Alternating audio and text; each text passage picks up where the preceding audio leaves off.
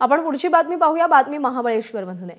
महाबळेश्वरच्या वेण्णा तलावाजवळ पर्यटकांचं आकर्षण ठरणाऱ्या घोड्यांची विष्ठा महाबळेश्वरमध्ये वर्षानुवर्ष रोगराई पसरवत असल्याचं एका अभ्यासातून समोर आलंय। गोखले अर्थशास्त्र आणि राज्यशास्त्र संस्थेच्या सेंटर फॉर सस्टेनेबल डेव्हलपमेंट या संस्थेच्या वतीनं महाबळेश्वरमध्ये सर्वेक्षण केलं गेलं होतं। त्यावेळी ही बाब समोर आली आहे। घोड्यांची विष्ठा तलावाच्या पाण्यात मिसळत असल्यानं अतिसार, अन्नविषबाधा, बुरशीजन्य संसर्ग आणि टायफॉइड असे आजार होत असल्याचं अहवालामध्ये नमूद केलं गेलंय।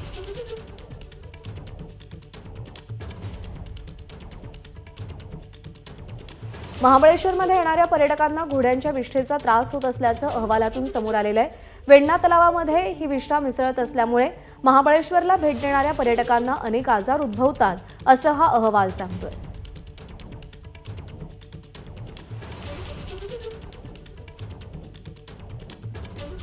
घोडेसवारी ही महाबळेश्वरमध्ये पर्यटकांचं आकर्षणाचे केंद्र असतं, पण त्याच घोड्यांच्या विष्ठेमुळे पर्यटकांना त्रास होत असल्याचं समोर आलंय। राहुल तपासे आपले प्रतिनिधी सध्या आपल्या सोबत आहेत। राहुल, हा अहवाल नेमकं काय सांगतो आणि यानंतर तिथल्या स्थानिक जे घोड्यांचे मालक आहेत त्यांच्या काय प्रतिक्रिया आहेत?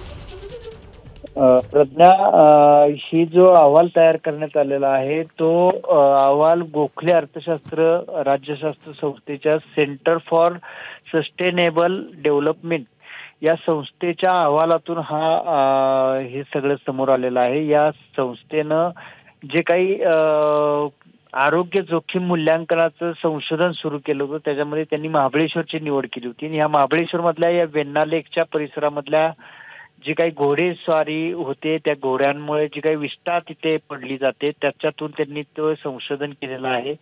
हे संशोधन डॉक्टर प्रीती मस्तकार यांच्या नेतृत्वाखाली करण्यात आलेलं होतं।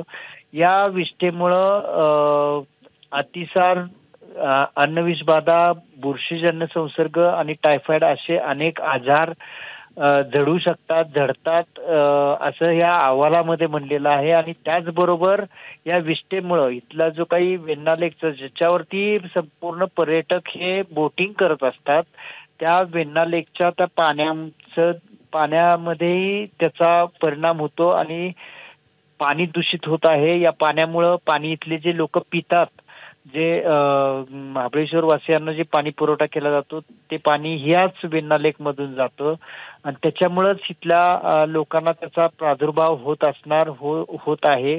मात्र हे समोर आलेलं नव्हतं आणि त्यामुळं ही घोडेस्वारी आणि या घोडेस्वारीच्या विष्ठेमुळं इथल्या लोकांना मोठा त्रास निश्चित। त्यामुळे आता ह्या अहवालानंतर तिथले जे स्थानिक घोडा मालक आहेत त्यांच्या काय प्रतिक्रिया येतात किंवा एकंदर त्यांच्या व्यवसायावर सुद्धा काय परिणाम होतो हे पाहावं लागेल। राहुल, धन्यवाद दिलेल्या माहितीसाठी। एबीपी माझा, उघडा डोळे बघा नीट।